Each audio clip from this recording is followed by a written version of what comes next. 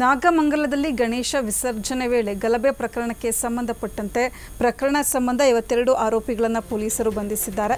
52 ಆರೋಪಿಗಳಿಗೆ 14 ದಿನಗಳ ಕಾಲ ನ್ಯಾಯಾಂಗ ಬಂಧನ ವಿಧಿಸಲಾಗಿದೆ. ಈ ಹಿನ್ನೆಲೆಯಲ್ಲಿ ಮಂಡ್ಯ ಕಾರಾಗೃಹಕ್ಕೆ ಆರೋಪಿಗಳನ್ನು ರವಾನೆ ಮಾಡಲಾಗಿರುವಂಥದ್ದು.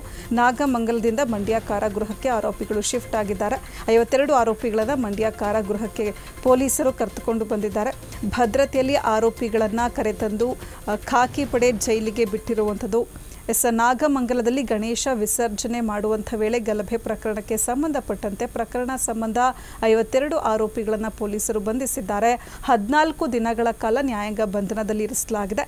ಈ ಹಿನ್ನೆಲೆಯಲ್ಲಿ ಮಂಡ್ಯ ಕಾರಾಗೃಹಕ್ಕೆ ಆರೋಪಿಗಳನ್ನು ರವಾನೆ ಮಾಡಲಾಗಿರುವಂಥದ್ದು.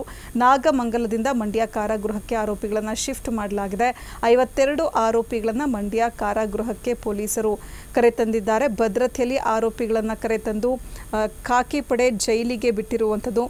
ನಾಗಮಂಗಲದಲ್ಲಿ ಗಣೇಶ ಮೆರವಣಿಗೆ ವೇಳೆ ನಡೆದಂಥ ಗಲಾಟೆ ಪ್ರಕರಣಕ್ಕೆ ಸಂಬಂಧಪಟ್ಟಂತೆ ಕರ್ತವ್ಯ ನಿರತ PSI ರವಿ ಬಿಜಿ ಅವರು ನಾಗಮಂಗಲ ಪಟ್ಟಣ ಪೊಲೀಸ್ ಠಾಣೆಗೆ ದೂರು ನೀಡಿದ್ದು, 2 ಗುಂಪಿನ ಪ್ರಮುಖ 52 ಮಂದಿ ಸೇರಿದಂತೆ 150 ಜನರ ವಿರುದ್ಧ FIR ಕೂಡ ದಾಖಲಾಗಿದೆ. ಈಗಾಗಲೇ 52 ಆರೋಪಿಗಳನ್ನು ಬಂಧಿಸಲಾಗಿದ್ದು 14 ದಿನಗಳ ಕಾಲ ನ್ಯಾಯಾಂಗ ಬಂಧನದಲ್ಲಿ ಇರಿಸಲಾಗಿದೆ.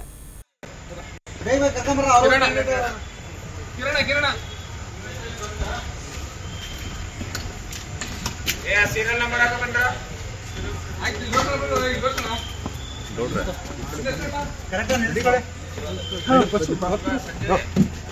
More than 54 people have been arrested in the violence which happened in Nagamangala in Mandya district during the Ganesh procession. Now, the police who arrested 54 people are brought in 2 buses. The Hindu prisoners and the Muslim prisoners are brought in separate buses, and they have been taken now to the Mandya jail. Exclusive visuals on Times Now here, where you can see that the accused are being taken by the police from the Nagamangala to the Mandya jail. Now, this is an issue which hit the national headline.